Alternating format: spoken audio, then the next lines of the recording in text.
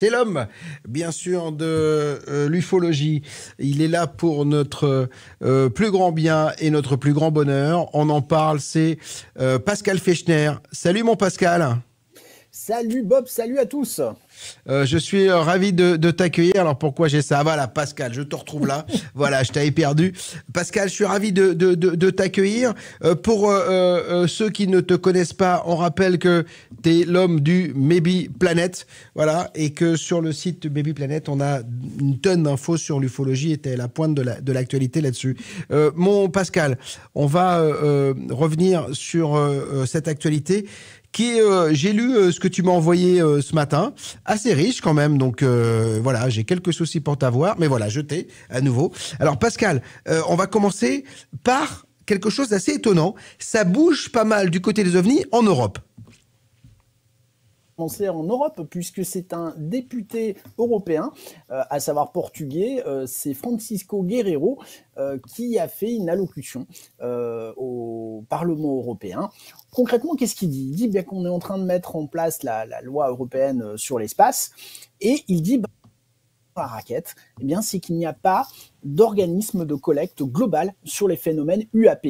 Il faut savoir qu'il avait déjà écrit à Breton, qui s'occupe de ce sujet. Voilà, donc Guerrero dit, il nous manque quelque chose en Europe, on ne s'occupe pas des UAP, il faudrait se pencher sur la question, c'est un problème de sécurité. Voilà, on a cette, alors on l'a traduit bien sûr, hein, mais on a ce message-là, on voit quand même, envisage-t-elle de mettre à jour la législation actuelle, à savoir le règlement machin, pour englober la déclaration, l'analyse et la gestion des phénomènes aériens non identifiés. Aujourd'hui, au niveau européen, on ne s'en occupe pas. Ça a failli se faire, hein, ça vous avez le récit de cette aventure dans un livre de Thibaut Canuti, ça ne s'est pas fait. Est-ce que Guerrero va réussir à remettre en place un organisme? La France est quand même bien en avance avec le GEPAN. Donc à suivre, mais voilà, je pense que c'est un parlementaire à qui il faut donner la parole et pour essayer de comprendre, parce qu'il pousse à demander ce genre de choses qui, à mon avis, pour un politique, sont quand même assez difficiles à aborder. C'est bien, je trouve que enfin les politiques européens ou en tout cas prennent conscience de ce phénomène. Autre information, le journal Le Monde parle d'extraterrestres. Ouais, alors c'est assez rare pour être souligné. Alors on va être clair, le sujet de cet article n'était pas les extraterrestres, mais les tunnels, ces fameux tunnels maraudes des complotistes modernes.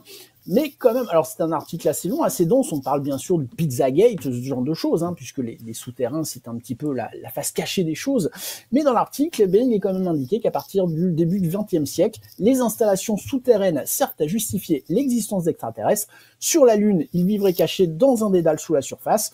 Des ufologues modernes subodorent, eux, des bunkers souterrains sur Mars, d'où nous observeraient les Martiens. Alors c'est vrai, hein, il faut se rappeler le livre d'Ingo Swann, célèbre pour ses expériences de remote viewing, qui dans son livre Pénétration, qui est sur le coup un objet littéraire non identifié pour ceux qui ne l'ont pas lu, eh bien il indique que lors de ses premiers remote viewing, il est allé voir la face cachée de la Lune et qu'il y avait des extraterrestres dans des souterrains lunaires. Alors ce que je trouve un peu dommage dans cet article, c'est qu'il n'aborde pas un cas assez célèbre de l'ufologie, c'est la base souterraine de Dulce.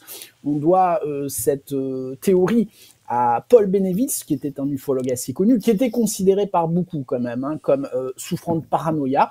Mais Benevitz va lancer cette rumeur, comme quoi bien sous une base au Nouveau-Mexique, il y aurait 7 ou 8 niveaux dans lesquels eh bien, les extraterrestres, main dans la main avec les militaires, feraient des expériences sur des gens enlevés pour faire des hybridations ou des choses comme ça.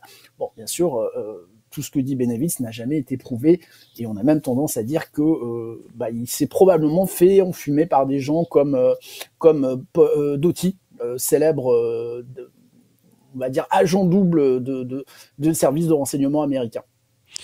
Alors, puisque tu parlais de Mars, je vais enregistrer l'émission avec un certain André Haas qui a écrit l'histoire commence sur Mars, et je lisais le livre cet après-midi.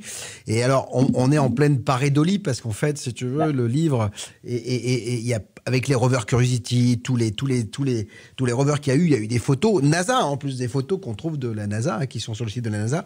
Et bien sûr, quand on veut y voir quelque chose de ressemblant à quelque chose de connu sur Terre, on le voit. Donc je reviendrai là-dessus. C'est voilà, j'enregistre l'émission, je crois début mars, et on en reparlera, c'est sûr. Autre info qui nous intéresse aujourd'hui, c'est une nouvelle conférence Sol qui est en ligne, Pascal. Oui, alors, Conférence Sol, c'est un organisme, hein, qui a été créé par Chris Mellon, Gary Nolan, dont Grush aurait des responsabilités dedans. Et c'est vrai qu'ils avaient fait un gros barnum, quand même, une grosse conférence, on va dire un petit peu comme on a pu voir l'Eco Events en France, avec des noms quand même assez prestigieux, hein, pour le milieu ufologique. Il y avait Jacques Vallée, il y avait des gens comme Chris Mellon, il y avait des gens comme Avi Loeb, Gary Nolan, Al Puthoff, Béatrice Villarroel, une astrophysicienne européenne qui, à mon avis, va bientôt être connue, des gens comme Walsh Paluska, et c'est David Grush, Carl Nell, pardon, que j'ai oublié de citer, et c'est David Grush qui a fait la conclusion de l'ensemble de ces conférences. Bon, moi, j'ai pas tout écouté parce qu'elles ont été mises en ligne hier, hein, donc il y en a pas mal. Mais c'est vrai que je trouvais que la conclusion de Grush était quand même assez partielle, superficielle, et on attend encore voilà, des faits, des vraies infos qui permettraient de dire, ah là, on touche du doigt quelque chose de vraiment intéressant. C'est un petit peu dommage. Est-ce qu'on a parlé de divulgation ou pas? Oui, mais c'est Nick West qui a fait un tweet, enfin un X, et c'est vrai qu'il dit quelque chose d'intéressant. Il dit: existe-t-il réellement de véritables phénomènes aériens non identifiés dont nous disposons de preuves concluantes qui répondent à la définition, à savoir du AP? Cela semble être une étape fondamentale que les gens sautent, et c'est vrai que j'ai écouté la conférence de Carl Nell, et en fait, il parle comme si on savait déjà que certains phénomènes sont obligatoirement extraterrestres. Est-ce qu'on va pas un peu trop vite? Est-ce qu'on saute pas une marche? C'est une vraie question. Attention, je pense qu'il faut continuer à chercher, mais pour l'instant, il est peut-être encore un peu tôt. Oui, c'est ce que dit West, effectivement. On met peut-être la charrue avant les bœufs. Moi, je trouve que déjà, il s'est jamais dit autant de choses sur les ovnis que depuis 2017. Donc, déjà, prenons ça pour un vrai bonheur, hein, parce que Dieu sait si pendant longtemps, on a été un peu stigmatisé. Une autre information, il y a un nouveau doc de Green Street. Alors, c'est Steven Green Street, voilà. Et tu voulais en parler. Ouais, Steven Green Street, qui est un journaliste pas du tout aimé des ufologues, on va être clair, hein, mais qui est quand même à la pointe de l'information, je suis désolé de le dire, qui fait des documentaires d'excellente qualité. Et là, il a sorti un nouveau documentaire sur le travail de Kirkpatrick, sur les conclusions de Kirkpatrick, qui sont celles de Green Street depuis plusieurs mois maintenant, à savoir que pour eux, j'ai dit pour eux, hein, je parle bien aux auditeurs, pour eux, eh bien, tout ce qui se passe depuis 2017, en fait, ce sont des croyants à des niveaux assez élevés qui s'agitent pour essayer de faire sortir leur vérité sans réellement de faits concrets. J'indique bien que c'est ce que dit Green Street et Kirkpatrick. Voilà, maintenant, il faut le prouver. Mais je trouve que Green Street fait vraiment un vrai travail, il moule le maillot. Et je trouve dommage qu'il soit dénigré comme il l'est, parce qu'il dit peut-être des choses qu'on n'a pas envie d'entendre parfois. En fait, la vraie problématique, Pascal, c'est tout ce qui se passe au Pentagone. Donc, c'est-à-dire qu'on y va avec des grands effets d'annonce. Il y a les pilotes qui témoignent, il y a David Grush, etc. Et on ne sait plus à quel sein se vouer, hein. C'est un grand bordel. Et d'ailleurs, Kirkpatrick a pris la parole dans Politico et il indique ne pas être en phase avec la communication du Pentagone. Ouais, tout à fait. Alors attention, je parlais il y a quelques mois encore, juillet-août, avec un grand expert du domaine que je vais pas citer, mais qui disait oui, Kirkpatrick, c'est le nouveau Allen Hynek. Pas du tout. Il faut bien comprendre que là, Kirkpatrick commence à s'exprimer, dit qu'il n'est pas d'accord ou qu'il n'a pas été d'accord avec la politique de communication du Pentagone. Il aurait aimé parler plus et plus souvent, mais souvent le Pentagone lui disait ouais, mais là c'est sensible, là il faut pas y aller, là tu ne peux pas dire ça. Donc en fait, on voit bien, parce qu'il a été critiqué pour sa communication qu'on trouvait trop laconique, mais là il explique qu'il a été quand même contraint de ne pas dire ce qu'il voulait, mais non pas pour annoncer des choses extraordinaires, mais plutôt pour dire arrêtez avec les extraterrestres, ce ne sont pas des extraterrestres, ce sont des programmes ennemis, ce sont des espions ennemis, mais l'armée ne le laissait pas parler concrètement. Donc c'est quand même embêtant. Il a cette phrase qui est quand même assez parlante pour moi. S'il y a un vide dans l'espace de l'information, il sera rempli par l'imagination du droit public, par les complots et par ses accusations. Voilà, donc lui, aujourd'hui, dit il faut que l'armée parle, mais non pas pour dire on a des extraterrestres, mais plutôt pour dire voilà, on arrive à identifier, ça craint pour nous parce que ça veut dire qu'on vient chez nous un petit peu comme on veut, mais enfin pour autant, voilà, ça permettrait parfois de couper certaines théories peut-être un peu plus fantaisistes.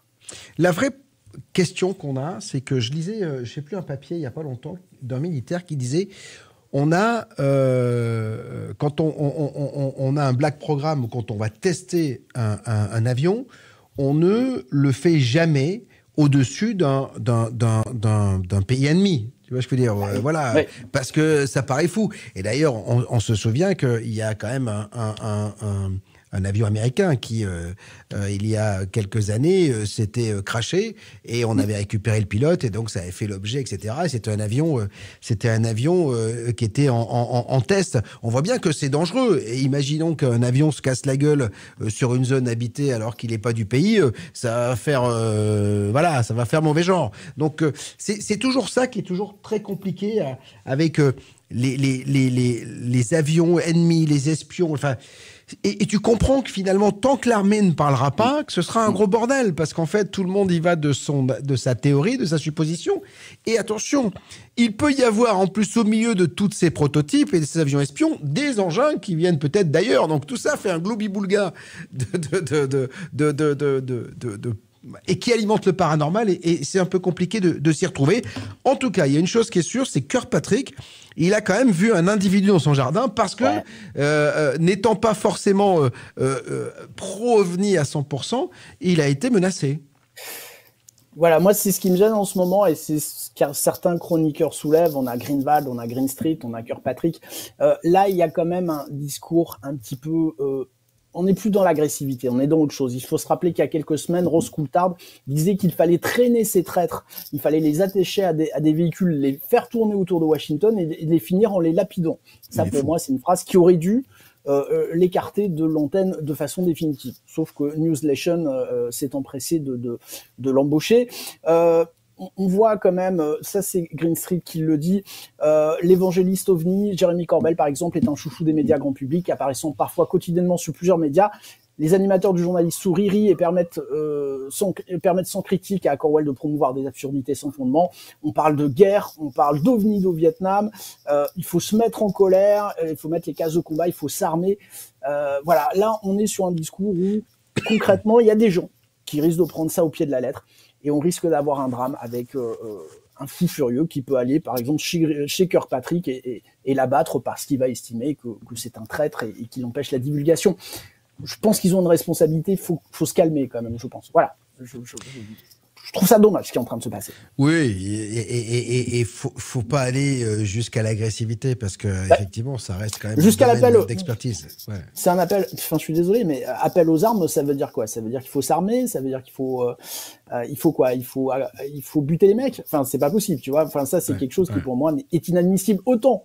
Et tu l'as dit tout à l'heure, moi, mon intime conviction, que c'est Grosh a touché quelque chose du doigt, mais plutôt des programmes d'ingénierie, de rétro-ingénierie, mais tout à fait terrienne.